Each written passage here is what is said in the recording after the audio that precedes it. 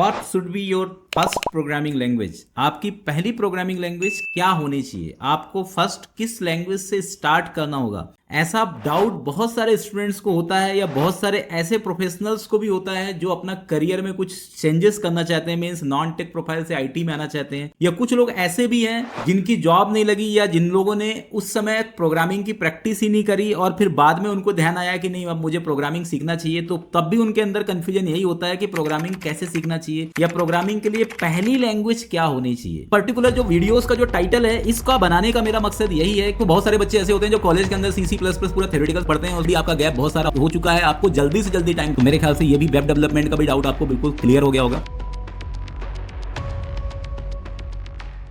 तो इस वीडियो का मेरा मकसद यही है कि आप जब भी प्रोग्रामिंग लैंग्वेज सीखना चाहते हैं तो आपके दिमाग में ये होता है कि क्या हमें सी से चालू करना चाहिए कि सी प्लस प्लस से चालू करना चाहिए कि जावा स्क्रिप्ट से चालू करना चाहिए, पाइथन से चालू करना चाहिए, जावा से चालू करना चाहिए, मतलब फर्स्ट प्रोग्रामिंग लैंग्वेज क्या होनी चाहिए। तो इस पर्टिकुलर जो वीडियोस का जो टाइटल है इसका बनाने का मेरा मकसद यही है कि आपको एक तरह से एक करियर काउंसलिंग देना, जिससे आप आईटी के अंदर जब भी आप किसी भी प्रोफाइल के लिए प्रिपेयर हो तो आपको वो चीजें बहुत अच्छे से समझ आए और आपका जो भी गोल है उसको आप अचीव कर पाए। तो लास्ट तक आप मेरा वीडियो देखिए, आपको बहुत सारी चीजें इस वीडियो के अंदर सीखने को मिलेगी जो आपके करियर के लिए इंपॉर्टेंट है, आपके जॉब के लिए इंपॉर्टेंट है। और आप यदि आईटी फील्ड के अंदर एंटर करना चाहते हैं तो आप डेफिनेटली इसको देखिए। तो देखो, मैंने दो अलग अलग टाइप के केसेस इसके अंदर स्टडी करा है। फर्स्ट केस नंबर 1 कि ऐसे स्टूडेंट जो बिल्कुल अभी फर्स्ट ईयर में गए हैं कॉलेज के अंदर, ठीक है, वो किसी भी स्ट्रीम में जा सकते हैं, मैं ऐसा नहीं बोलना चाहता हूं, ठीक है। इसमें टेक प्रोफाइल के स्टूडेंट भी हो सकते हैं, नॉन टेक प्रोफाइल के स्टूडेंट्स भी हो सकते हैं। और दूसरा जो मेरा केस है इसमें ऐसा है कि जो इंजीनियर स्टूडेंट्स की डिग्री कंप्लीट हो चुकी है, मतलब जो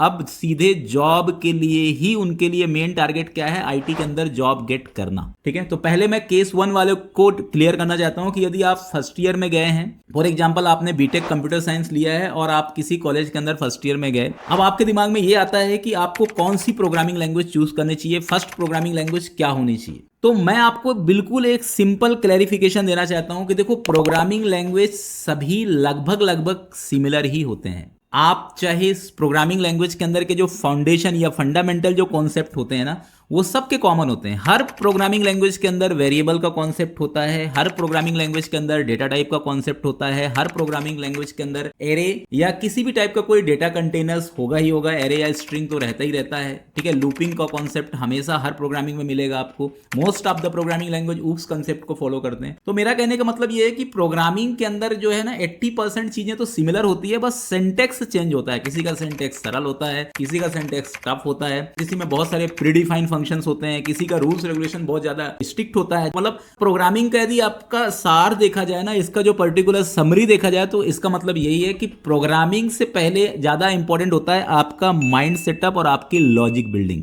तो मतलब एक्चुअली क्या होता है कि फर्स्ट प्रोग्रामिंग का मतलब यही होता है कि आपका लॉजिक बिल्डिंग आपको स्ट्रॉन्ग करना। तो यदि कॉलेज स्टूडेंट हो तो सीधी सी बात है, जो कॉलेज के अंदर प्रोग्रामिंग लैंग्वेज आपको सिखाई जा रही है, यदि मान लो आपके कॉलेज के क्यूरिकलम के अंदर C++ है तो आप C++ से स्टार्ट करिए, ठीक है। आपको दूसरे लैंग्वेज चूज करने की जरूरत नहीं है। पहले डेफिनेटली आप फर्स्ट सेमेस्टर में या सेकंड सेमेस्टर में जो भी कॉलेज के अंदर के कोर्स कंटेंट है उसी को आप अच्छे से पढ़िए, लेकिन प्रैक्टिकली पढ़िए, आपको थ्योरेटिकल नहीं पढ़ना है, ठीक है। क्योंकि देखो, बहुत सारे बच्चे ऐसे होते हैं जो कॉलेज के अंदर C++ पूरा थ्योरेटिकल पढ़ते हैं, उसका प्रोग्राम नहीं बनाते। मतलब आप कोई भी लैंग्वेज पढ़िए तो हर टॉपिक के करस्पॉन्डिंग आपको 10 प्रोग्राम बनाना है, ऐसा आप पहले से डिसाइड कर लीजिए, तो डेफिनेटली आपको प्रोग्रामिंग के कॉन्सेप्ट पूरी तरह से क्लियर हो जाएंगे। अब इसमें से दूसरे टाइप के भी स्टूडेंट्स हो सकते हैं कि उनके कॉलेज के क्यूरिकुलम के अंदर किसी भी टाइप का प्रोग्रामिंग है ही नहीं हो, लेकिन उनको जाना आईटी में है। जैसे मान लो कोई एक बच्चा है जो बीसीए कर रहा है या बीएससी प्लेन कर रहा है, हालांकि बीसीए करेगा तो प्रोग्रामिंग तो रहेगा, पर बीएससी प्लेन कर रहा है या बीकॉम कर रहा है। अब आजकल पता है IT is open to all, ठीक है। आईटी के अंदर, स्टार्टअप के अंदर या किसी भी आईटी कंपनी के अंदर अब ऐसा कोई प्री कंडीशन नहीं है कि आप टेक्निकल हो तभी आपको जॉब मिलेगी। कोई बंदा आईटी फील्ड के अंदर एंटर कर सकता है यदि उसके पास अच्छा स्किल है। तो यदि आप इस स्ट्रीम से बिलोंग कर रहे हैं तो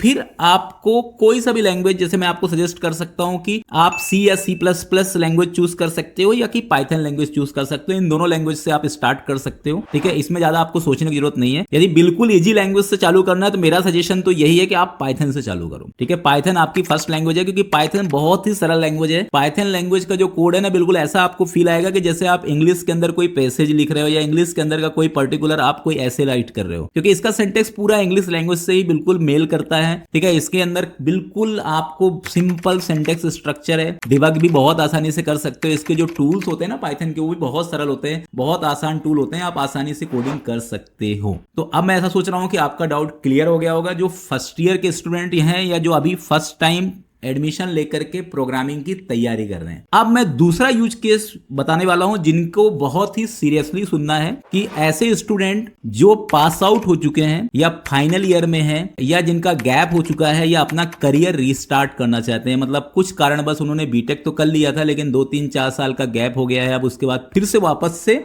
अपने आईटी करियर में आना चाहते हैं, अपने फ्रेंड से इंस्पायर हो गए। ठीक है, उनके फ्रेंड का पैकेज बहुत अच्छा है, ये कहीं से भी आप इंस्पायर हो सकते हो, किसी ने आपको इंस्पायर कर दिया या आपको पुरानी चीजें याद आ गई कि नहीं मेरा जो गोल था वो आईटी में जाने का था, कुछ कारण बस आप गवर्नमेंट की तैयारी कर रहे थे। ये जो केस है ना, ये केस ज्यादा है अभी, और इनको ज्यादा सीरियसली इस चीज को सुनने की जरूरत है। तो देखो, मैं आपको ये भी क्लैरिफाई करना चाहता हूं कि यदि जिनको जो जॉब सीकर प्रोफाइल में है उनको technology based first programming language choose करनी होगी। अब इसके लिए टेक्नोलॉजी में दो मैं अलग अलग सब कैटेगरी बता देता हूं। एक है प्योर टेक्निकल प्रोफाइल, जिसमें सॉफ्टवेयर डेवलपर की प्रोफाइल होती है, जिसमें आप आजकल सॉफ्टवेयर डेवलपमेंट में सबसे ज्यादा वेब डेवलपमेंट चल रहा है, तो मैं उसको full stack web developer profile की बात करता हूं। ठीक है, दूसरा डेटा साइंस इंजीनियर की बात करता हूं। ठीक है, ये दोनों ऐसी प्रोफाइल है जो मार्केट के अंदर अभी चल रही है। दो ही प्रोफाइल अभी सबसे ज्यादा, full stack web developer, data science engineer, और तीसरा है मोबाइल ऐप डेवलपर्स। ये प्योर डेवलपमेंट प्रोफाइल। अब एक है आपका सेमी टेक्निकल प्रोफाइल, जो प्योर डेवलपमेंट में नहीं बोलूंगा क्योंकि इसमें पूरी तरह से कोडिंग नहीं होता, जिसमें टेस्टिंग की प्रोफाइल होती है, डेटा एनालिटिक्स की प्रोफाइल होती है और डेवऑप्स इंजीनियर की प्रोफाइल होती है। तो यदि आपको प्योर डेवलपमेंट प्रोफाइल में वेब डेवलपमेंट में जाना है या फुल स्टैक वेब डेवलपमेंट में जाना है, तो आपकी जो फर्स्ट लैंग्वेज होगी वो जावा स्क्रिप्ट हो सकती है, क्योंकि जावा स्क्रिप्ट के थ्रू अपना करियर बहुत आसानी से स्टार्ट कर सकते हो। जावा स्क्रिप्ट सबसे सरल लैंग्वेज है। ठीक है, मतलब C++ से भी सरल लैंग्वेज है। तो आपकी फर्स्ट प्रोग्रामिंग लैंग्वेज जावा स्क्रिप्ट हो सकती है यदि आप फुल स्टैक वेब डेवलपमेंट की तरफ जाना चाहते हैं।